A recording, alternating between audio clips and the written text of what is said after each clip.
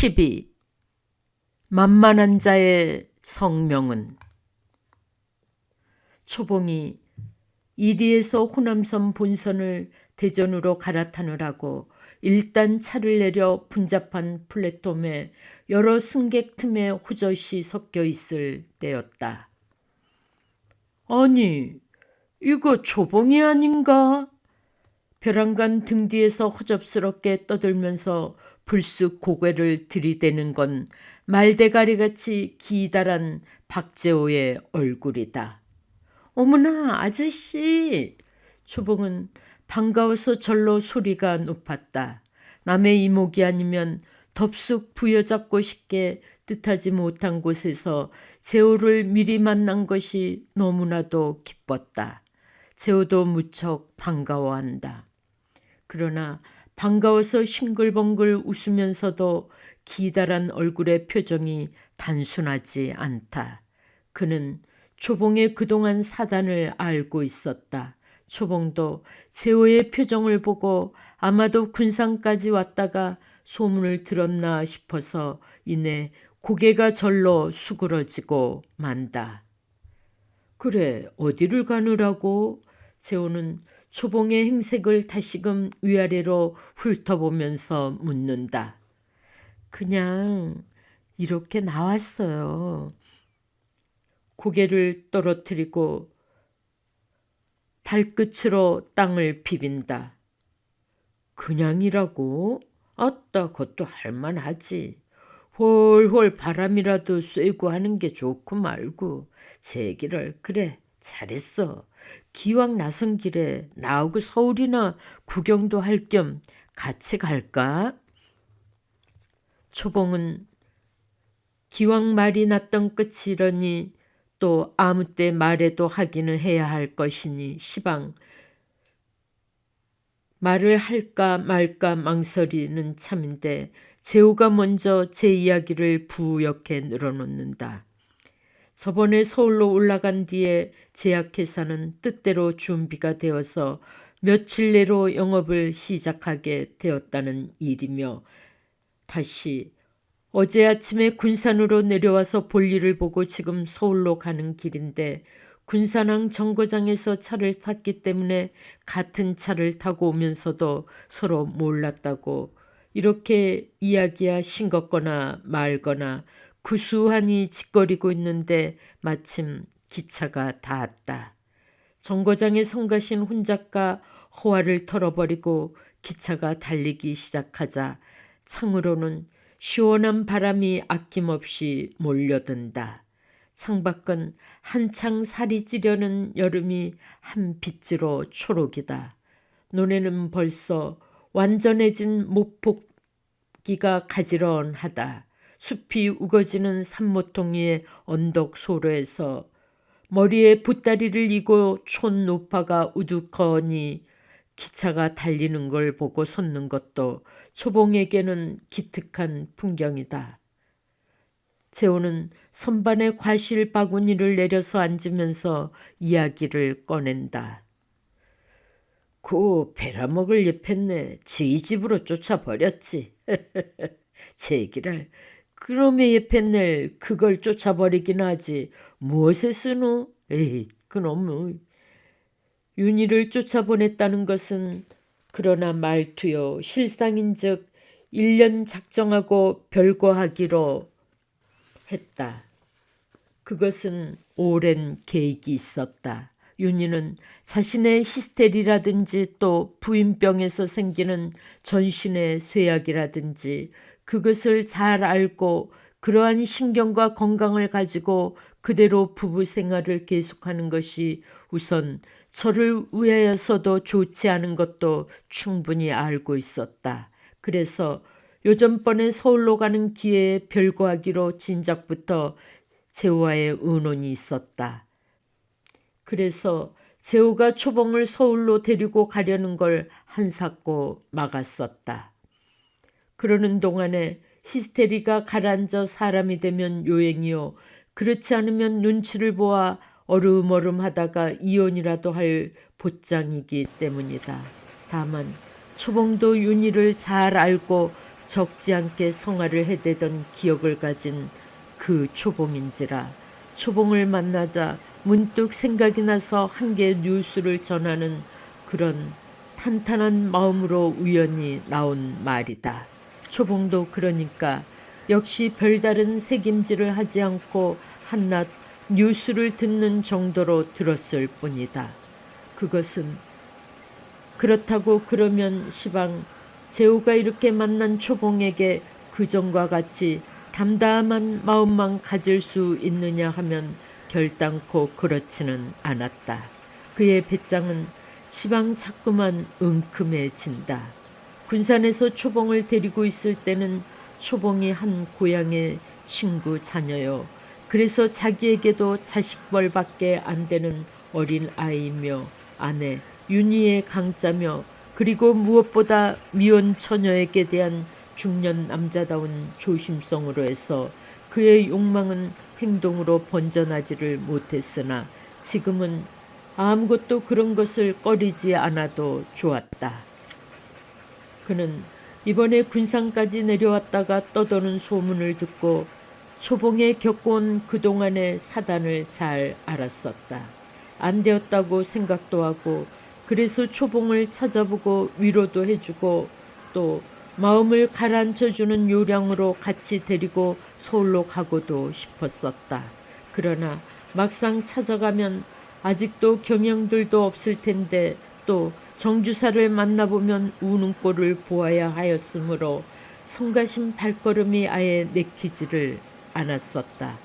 그래서 찾아보기를 단념하고 차라리 모르는 채 했다가 서울로 올라가서 편지로 불러올 일이라고 생각했었다. 이미 홍계집 그리고 임자 없는 계집 이러고 보니 미혼 처녀에 대한 중년 남자다운 조심성과 압박으로부터 해방이다. 시집 잘못 갔다가 홧김에 서울로 나선 계집 그러나 장차 어느 놈이 밥이 될지도 모르는 계집 그러니까 아무라도 먼저 재치 있게 주워 갖는 놈이 임자다. 기차는 줄기차게 달려만 간다. 바깥은 여전히 살쪄가는 들이 아니면 짙게 푸르러 오는 언덕이다. 맑은 햇볕이 차창으로 쬐어들어 자석에 고운 남빛 우단을 더욱 해맑게 드러낸다. 몇 되지 않은 손님들은 제각기 남을 상관하지 않고 한가로이 앉아서 신문을 읽거나 담배를 피운다. 자, 이거 좀 먹으라고. 이놈 사과는 껍질째 먹어야 좋다면서? 초봉이도 어서 먹어요. 이 사과가 이놈을 날마다 식후에 한 개씩만 먹으면 뭐 의사가 소용이 없다고? 정말 그러다간 우리 약장사 놈들도 다 밥굶어 죽게? 제기랄 것. 초봉은 이 유쾌한 사람에게 끌려 절로 웃음이 나왔다. 보름 만에 웃는 웃음이다. 재호는 초봉의 웃는 입 가장자리와 턱을 보고 새침하던 얼굴이 딴판이요 역시 이쁘기는 이쁘다고 속으로 새삼스럽게 탐복하며 맞이 않는다. 그런데 서울은 무엇하러 가나? 재호는 봉긋한 초봉의 이마를 의미 있게 건너다 보면서 묻는다. 초봉은 사과 벗기던 손을 멈추고 잠깐 고개를 들었으나 어쩐지 실상은 아저씨를 찾아가는 길이랍니다. 하는 말을 주저해졌다. 그런 게 아니라 아따 저 무엇이냐. 나도 초봉이 사정을 다 알았어. 우연히 어느 친구가 그런 얘기를 하더군. 그래 신문에도 나긴 했다더라는데 나는 못 봤지만. 그러나 저러나 간에 원 그런 행액이 있더람. 그거 원 참 행액이야 행액. 큰 행액이야. 글쎄 듣기에 어떻게나 마음에 안 됐든지 제기랄 것. 그런 놈의 일이 원. 그렇지만 이거 봐요 초봉이. 다른 게 아니라 말이지. 그렇다고 낙심일랑 하지 말아요. 낙심하는 못 써요. 뭐 어때? 한 번 실수로. 아니 실수가 아니라 횡액으로 그런 일을 당했기로니 어떤가? 아무렇지도 않어. 초봉이. 그는 재호가 곡진한 태도로 곰살스럽게 구는 폼이 마치 아픈 자리를 만져주되 아프지가 않고 시원하여 어떻게도 고마운지 눈물이 나올 것 같았다. 재호 역시 이미 초봉을 가지고 만만히 다룰 수 있다는 배심이 들어차서 있는 것은 사실이나 어떤 기회를 당하게 되면 주저하지 않고 행동을 일으킬 위인이기는 하나 그러나 시방 이 자리에서 초봉을 여러 가지로 더욱이 장래의 희망을 가지라고 위로하고 격려하고 하는 것은 결코 달콤한 미끼를 먹이자는 것은 아니요. 단순히 어른다운 애정임이 틀림이 없었다. 기차는 황등, 하멸, 강경을 어느 결에 다 지나쳤다. 논사는 학교에 다닐 때 부여로 수학여행을 가느라고 와본 곳이다. 정거장 모습이며 여기에 사람들이 어쩌면 낯이 익은 것 같다. 아는 사람을 만난 것처럼 반가웠다. 굴 하나를 빠져나왔을 때 재호는 초봉의 무릎에 놓인 조그만 손을 무심코 내려다보다가 손가락에 반지 자국만 남았지 뽑고 없는 것을 보았다. 반지도 다 뽑아버렸군. 아무렴 그래야 하고 말고 그래. 그 깨름직한 과거는 칼로 베어버리듯이 잊어야 해요. 그리고 신기일전해야지. 응? 제기랄 것. 재호는 초봉이 집안의 전당거리라도 되라고 그저 무심코 반지를 뽑아놓고 온 속사정이야 알 턱이 없다. 그러나 초봉은 막상 듣고 보니 도리어 너무 급작스럽게 결혼 반지 같은 것을 뽑아버린 게 남의 눈에는 박절하게 보인 것 같아서 화텄 얼굴이 달아올랐다. 차가 대전역에 당도하자 초봉을 앞세우고 플랫폼으로 내려서던 재호는 명승고적을 안내하는 간판 앞에서 유성온천이라는 간판이 선뜻 눈에 띄었다. 재호는 내숭스럽게 싱긋 웃으면서 간판을 보던 눈으로 초봉의 뒷lep시를 훑는다. 비로소 그는 제 야심을 의식적으로 행동에 옮겨볼 생각이 났다. 초봉이 온천 해봤나? 쇳불은 당김에 뽑으라 했으나 이제는 시간 문제라 하겠지만 시방부터는 옳게 남의 괴집을 깨는 수단이거니 생각하면 어연집 계집한테는 못해보던 짓이라 노상 뒤가 돌려다 뵈지도 않았다. 초봉은 마침 가드밑을 지나면서 전에 서울로 수학여행을 갈 때 이것을 보고 진기하게 여기던 그때 일이 생각이 나서 한눈을 파느라고 재호가 재우처럼 울어서야 겨우 알아들었다.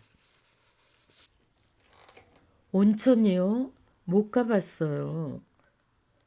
그래? 그럼 마침 잘 됐군.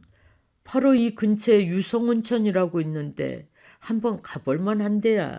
그래. 구경도 못했다니 처음으로 온천도 해볼 겸 또 가서 조용히 앉아서 앞으로 어떻게 해야 하는 게 좋을지 초봉이의 일도 상의하고 좋잖아?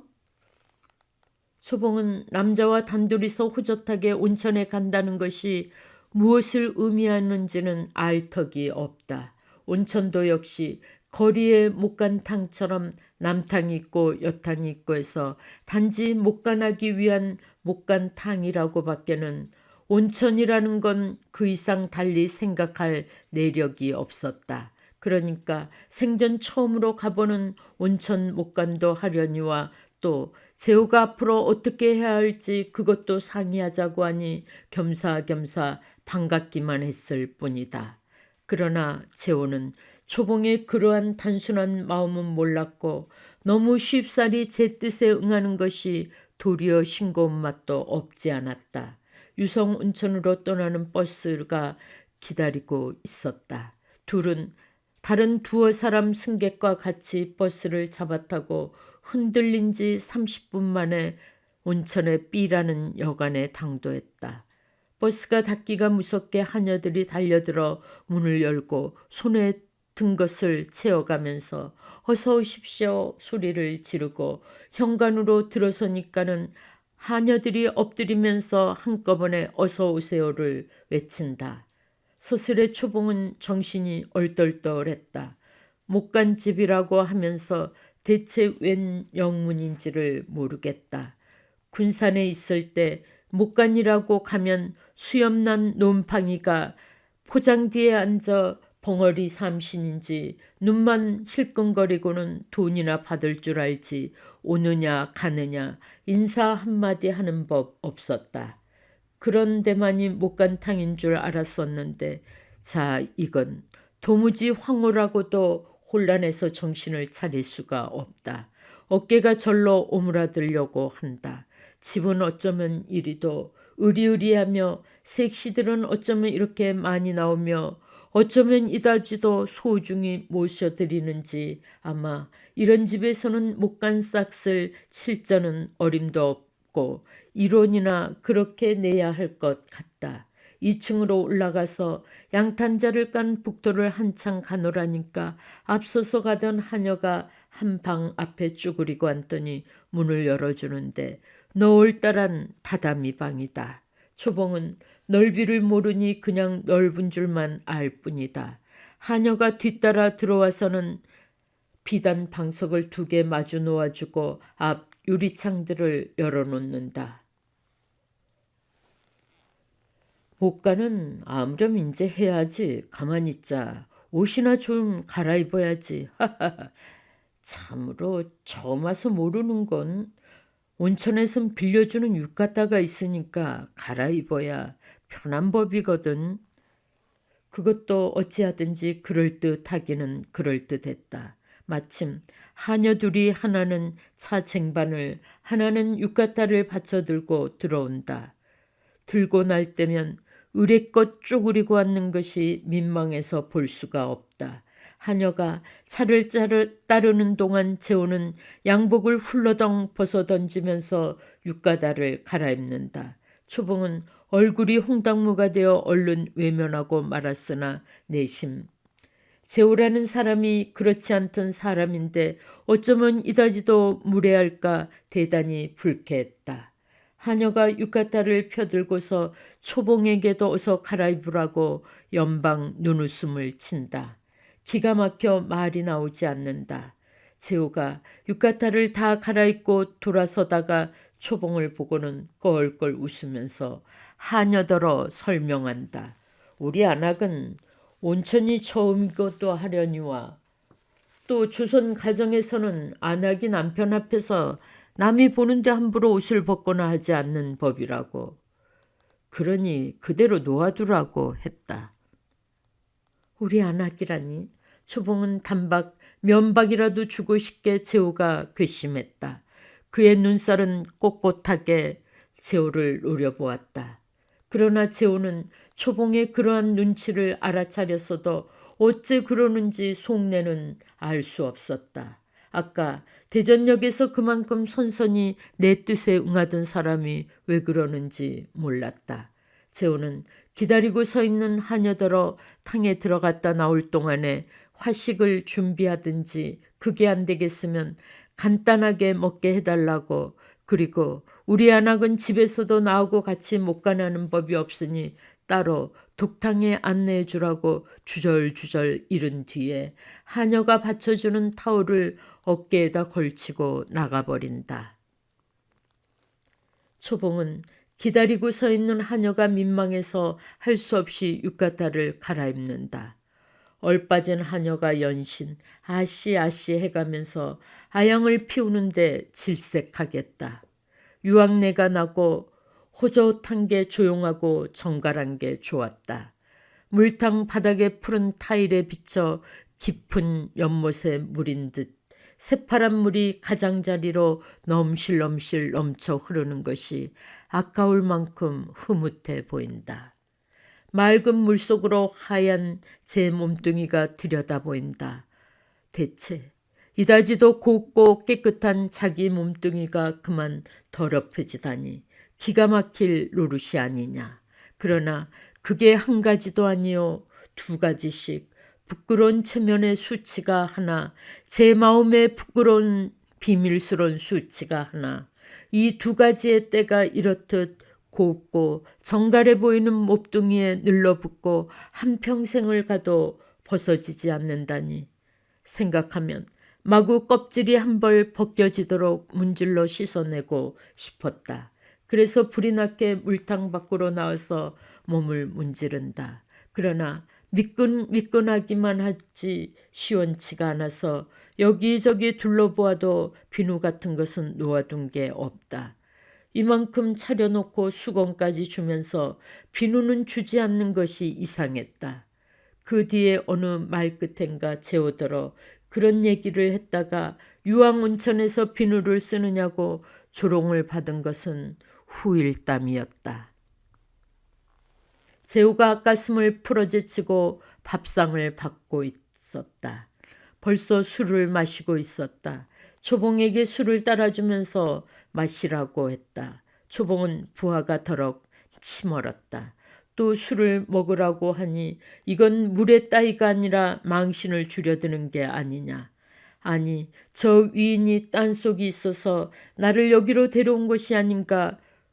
음축맞춘 도둑놈 밉살스럽다. 또 도둑놈은 아니더라도 역적놈이라도 그게 문제가 아니라 일은 단단히 커졌다. 어느 결에 이렇게 얽혀들었는지 정신이 번쩍 든다. 온갖 여망을 가지고 찾아가던 그 사람을 여기에서 떼치고 혼자 나설 걸 뒤미쳐 생각하니 겁이 더럭 나고 그것은 마치 어머니를 길에서 잃어버린 아기인 듯이 천지가 아득하여 어쩔 바를 모를 것 같기도 했다. 철든 이후로는 자기의 뜻을 고집 못하던 초봉이었다. 고태수와 결혼한 것도 알고 보면 내 마음이 무른 탓이요. 장영보에게 욕을 본 것도 자신이 만만한 탓이 아니더냐. 그러한 과로는 내 몸과 청춘을 잡친 것밖에는 무엇이 더 있느냐. 그러나 근본을 따지고 보면 시방 초봉의 한탄이란 그다지 근거가 있는 것이 되질 못한다. 그는 애당초에 제가 박제의 뜻을 받아 그의 계집이 된다는 새로운 사실에 대해서 전혀 비판하지 않고 지나쳐버렸다. 그러므로 사실 초봉이 박재호의 계집 노릇을 한다는 사실이 가한지 불가한지를 모르고 있다. 재호는 1시간이나 걸리다시피 밥상머리에 주저앉아 시중드는 하녀와 구수하니 짓거리면서 맥주를 5병을 마시고 밥도 여러 공기 먹는다. 그러고는 데리고 온 초봉은 잊은 듯이 방석을 겹쳐놓고 벌떡 들어누워 이내 코를 골아제친다. 시커먼 털이 숭얼숭얼한 정강이를 통째로 드러내놓고 자는 꼬락서니가 보기 싫어서 초봉은 커튼으로 몸을 가렸다. 늦지막히 저녁 8시가 지나서 밥을 먹고 다시 탕에 들어갔다가 돌아와 보니 하녀가 커다란 이부자리를 방 한가운데로 그들먹하게 펴놓고 벽에 2개를 나란히 올려놓는다. 결국 이렇게 되고 마는가. 초봉은 그대로 문치에 우두커니 서서 눈을 내리감는다. 오늘 아침 군산에서 아무 일도 없었다. 그렇게 아무 일도 없이 떠나온 내가 이건 꿈에도 생각하지 않았고 호방에 푹 빠진 푼수지. 이 밤에 저 박재호와 어여시 한 이불 속에 들어가다니 이 기막힌 사실을 무엇이 어떻게 반항할 기분도 나지 않았다. 일로로 와서 얘기나 해보자고. 응? 초봉이 일로 와. 이야기란 소리에 마지못해 초봉은 재호의 맞은편으로 가서 고준혁이 앉는다. 그런데 집은 어떡할꼬? 집 말이야. 우리 살림할 집. 호호호 제 얘기를 할 것. 초봉은 대체 누구하고 언제 그렇게도 다 작정했길래 시방 이러느냐고 면박을 줄 수 있는 자신이었으면 싶었다. 재호는 길다랗게 설명을 시작했다. 앞으로 윤희와 이혼을 하기는 하겠으나 저편이 그런 억척인 만큼 너와 내가 동거하는 줄을 알면 심술이 나서라도 이혼에 응해주지 않을 것이다. 그러니 윤희와 이혼하는 날까지는 덮어두는 게 좋겠다. 너를 바로 청진동 집으로 데리고 들어가지 못하는 것도 그런 곡절이기 때문이니 부디 어찌 생각하지 말아라. 살림집은 우선 마땅한 놈으로 골라 세를 얻어 주마. 그렇게 따로 생활하고 있노라면 홀몸으로 어디 가서 월급을 한 20-30원 받는 생활보다는 우선 살림 범절만 해도 몇 곱절 낫게 뒤를 대주마. 그리고 그렇게 한동안 참고 지내면 윤희와의 문제가 깨끗하게 요절이 난 뒤에 너를 큰 집으로 맞아들일 것은 물론이요. 만약 네가 소원이라면 결혼식이라도 하자꾸나. 재호의 설명은 대개 이러했다. 1시간 동안이나 얌전히 앉아 수선도 떨지 않고 점잖게 그리고 간곡히 얘기했다. 막상 초봉을 자기 것으로 만들겠다는 일념에 그의 하던 말은 적어도 이 자리에서 다 진정임에 틀림이 없었다. 그녀는 재호가 이야기한 생활의 설계에 적잖이 만족했다. 욕심 같아서는 기왕 제 의향으로 가령 친정집의 생활비도 어떻게 보내달라고 말해서 다짐 같은 것이라도 받고 싶었으나 마음뿐이지 처음부터 너무 야박하다는 생각에 입이 차마 떨어지지 않았다. 그리고는 재호와 저를 번갈아 보면서 자꾸만 내가 저 아저씨 아나? 저 아저씨가 내 남편? 아무래도 실없는 장난이나 거짓말 같아 우습기만 하지 조금도 실감은 나지 않았다. 고수 때도 이랬던가 곰곰이 생각해보니 그러한 것을 마음에 헤아린 기억이 없다. 서울로 올라와서 여간에 묵은 지 나흘째 되는 날이다. 집을 드나드느라고 재호는 자잘한 살림 나부랭이를 자동차에 싣고 초봉과 더불어 종로를 달렸다. 저게 우리 집이야. 우선 임시로 빌려 쓰는데 널찍해서 쓸모가 있어요. 북편으로 꺾어 올라갈 무렵에 재호는 길모퉁이의 벽돌집을 손가락질한다. 또 저건 활동사진집이라고. 허허. 우리 갱이 구경 다니기 좋으라고. 재호는 유성온천에서 돌아오는 버스 속에서 초봉을 우리 개봉이라고 불렀다. 동간 중간에서 자동차를 내려 바른편 골목으로 들어서면 바로 뒷골목을 건너다 마주 보이는 집이 있었다. 송진 냄새가 나는 듯이 말쑥한 새집이 문 등까지 달리고 드높아서 겉으로 보기에는 산뜻한 게 마음에 들었다. 대문을 들어서면서 바른편 방이 행랑이요. 다시 유리창의 안대문을 밀어서면 왼편이 부엌과 안방, 그리고 상칸 마루와 건너방이다.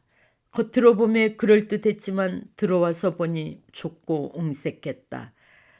마당이 앞집과 옆집의 뒷벽에 코를 부딪힐 만큼 좁았다. 그러나 보증금이 200원이요 월세가 30원이라는 소리에 초봉은 깜짝 놀랐다. 주인 내외가 들어서니까 건넌방에서 젊어도 얼굴빛이 검고 울툴툴하게 생긴 여자가 공손히 마중한다.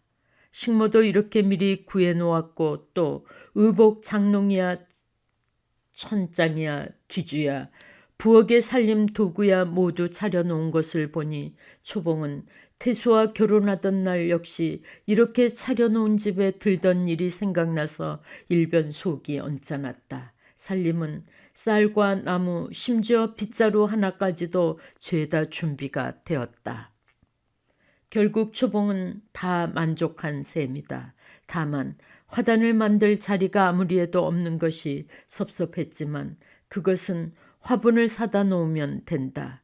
이튿날 아침 재호가 조반을 먹고 회사로 나간 뒤에 초봉은 모친에게 편지를 썼다. 사연은 무사히 도착했고 또 요행이 오던 길로 몸 편안하게 잘 있을 수 있게 되었으니 조금도 염려 말라고. 그리고 떠나올 때 편지에 말한 대로 집 보증금 주었던 것이며 시계, 반지, 양복장 등을 말끔히 팔아서 그렁저렁 지내노라면 차차 형편을 보아 좌우간 변통하겠노라고 아주 간단히 썼다.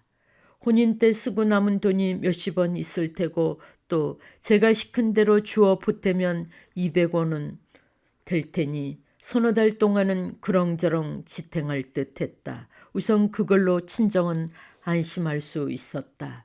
차차 재호에게 얘기해서 살림을 전략할 터이니 매월 2, 30원 가량씩 따로 내려보내달라고 하려고 생각했다.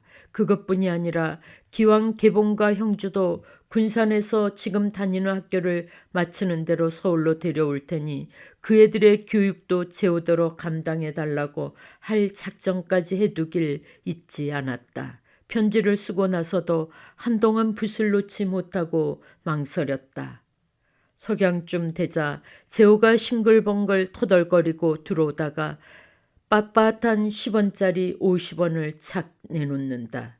자, 이거 우리 괜히 한 달 월급이다. 허허, 괜히 월급 줍는 놈은 이 세상에 이 박재호 한 놈뿐일걸. 허허, 제 얘기를 것. 허허. 이렇게 많이? 초봉은 반색하면서 웃는다. 아닌 게 아니라 2, 30원 월급이나 받는 일보다 월등히 낫다는 타산이야. 차차 생각나겠지만 우선 눈앞에 내는 한 달 용돈 50원이 푸짐하던 것이다. 돈 50원이 뭐 그리 많다고. 쓰기 나름이지. 그걸랑 도둑어서 반찬거리며 전기세, 수도세, 식모 월급 그런 거나 주라고. 집세는 내가 따로 줄 테고 또 나무나 장작도 따로 들여보낼 테니까 알겠지? 응? 그리고 참 달리 뭐 살림 장만할 게 있다든지 옷감 같은 걸 끊느라고 모갯돈이 들거들랑 날더러 달라고 말하고. 응? 초봉은 시방 약삭빠른 셈을 따져보고 있다.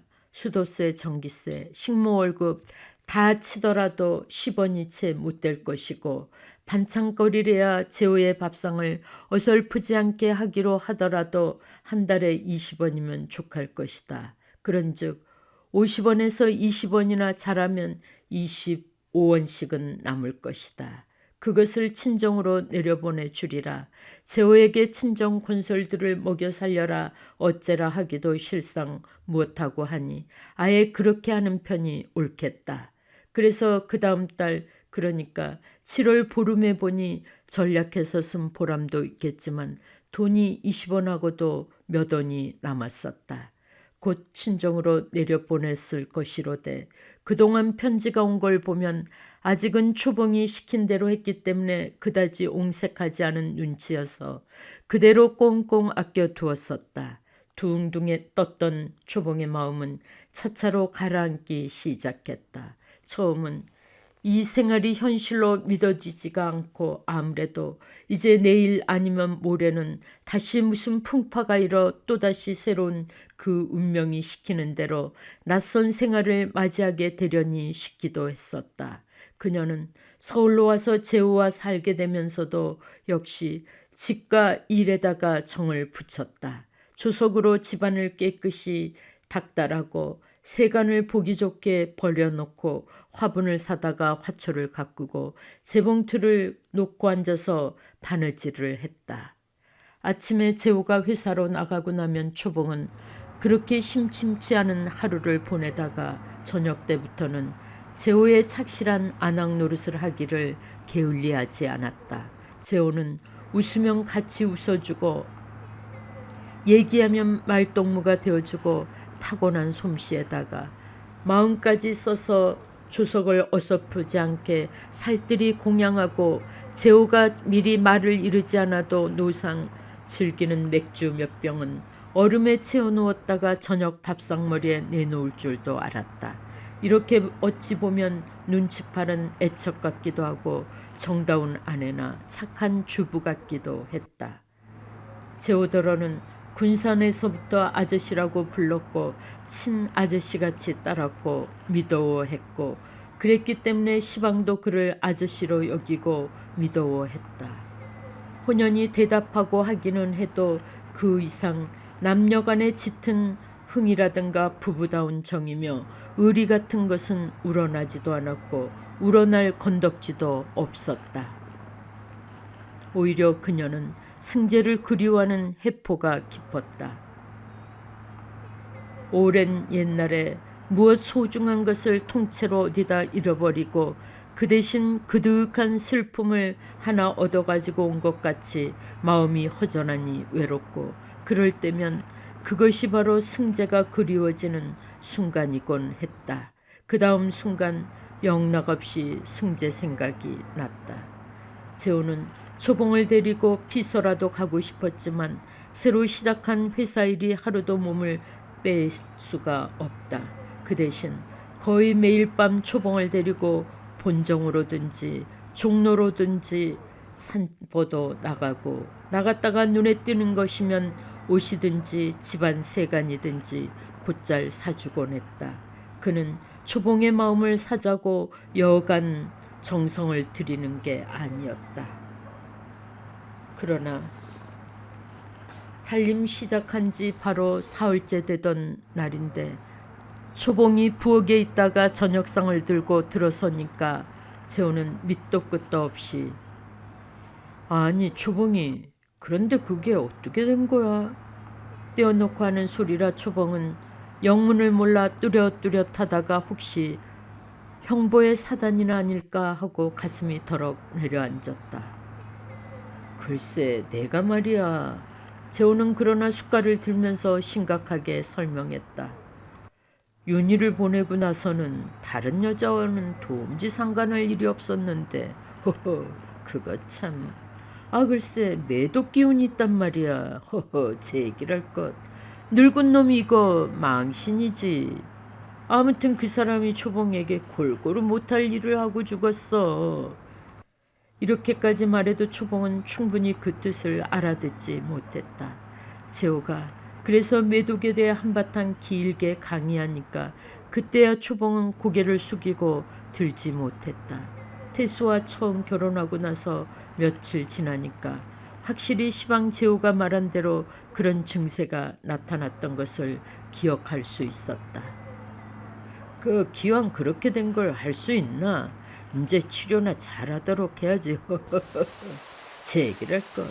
뭐 괜찮아 일 없어. 재호는 속이야 어쨌든 겉으로는 그렇게 웃어버리고는 오히려 말한 것을 후회하며 초봉의 무안을 꺼주느라고 애썼다. 이튿날부터 주사며 약이며 일습을 장만해 놓고는 제법 익숙하게 주사도 놓아주고 저도 놓고 내외가 앉아서 그다지 유쾌하다고 할 수 없는 치료를 그러나 재미삼아 계속했었다. 이렇게 범사에 재호는 초봉을 다독거리고 어루만지기를 잊지 않았다. 그는 한동안 아내 되는 윤희의 히스테리로 해서 가정의 낙은 고사하고 어금니에 신물이 났던 참인데 일찍이 마음이 간절했던 초봉과 이렇게 아늑한 가정을 이루었으니 이래저래 초봉이 귀엽고 소중하지 않을 수 없었다. 우리 갱이가 기분이 좋지 않은 게로군. 응? 아냐? 아나 갱아 조굿대가리 죽게 이리 온? 하면서 손을 까불까불 장난을 청한다.